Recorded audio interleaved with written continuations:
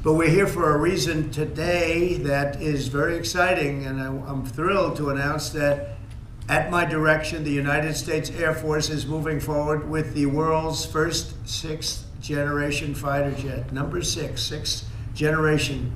Nothing in the world comes even close to it. And it'll be known as the F-47. The generals picked a title, and it's a beautiful number, F-47.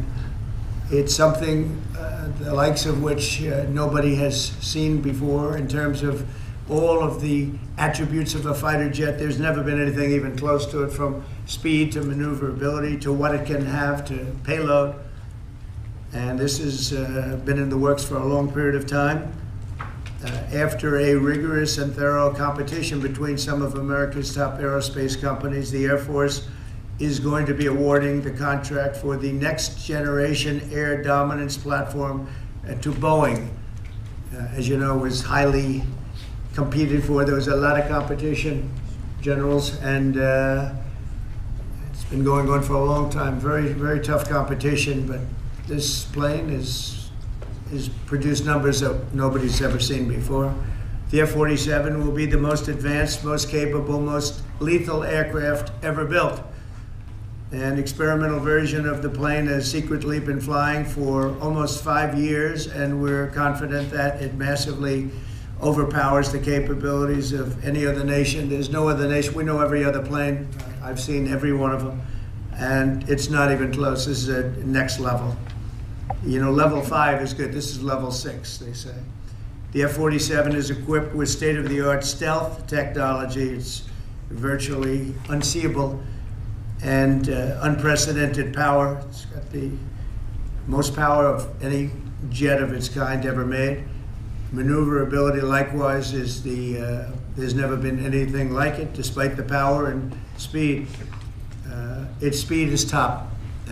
It's over 2, which is something that you don't hear very often. America's enemies will never see it coming. Hopefully we won't have to use it for that purpose, but you have to have it. And if it ever happens, they won't know what the hell hit them. A new fleet of these magnificent planes will be built in the air during my administration over the next couple of years. It's ready to go. They've already built much of what has to be built in terms of production, including the sheds.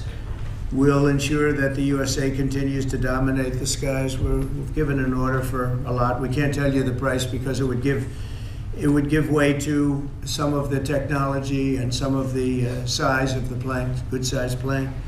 This contract also represents a historic investment in our defense industrial base, helping to keep America at the cutting edge of aerospace and technology.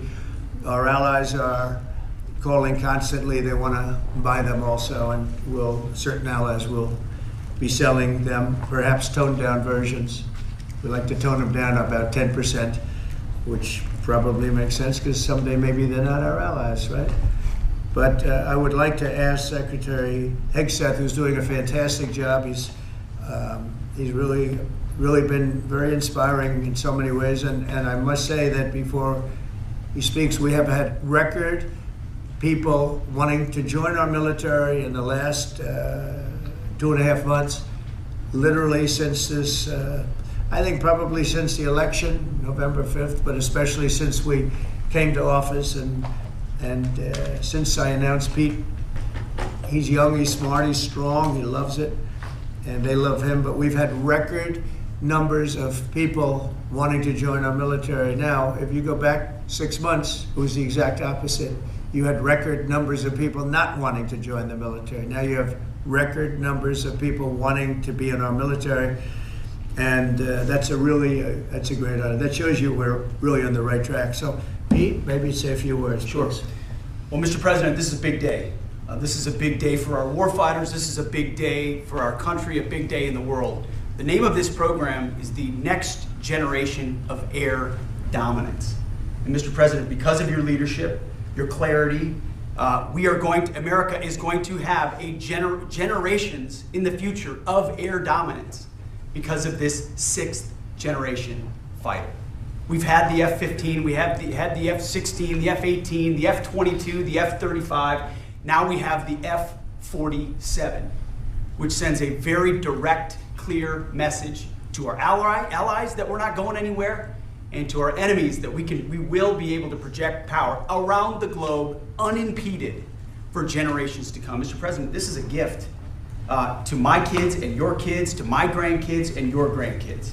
This is a historic investment in the American military, in the American industrial base, in American industry that will help revive the warrior ethos inside our military, which we're doing, rebuild our military, which the previous administration did not do, by the way, Mr. President. They paused this program and were prepared to potentially scrap it. We know this is cheaper, longer range, and more stealthy. President Trump said we're reviving it and we're doing it.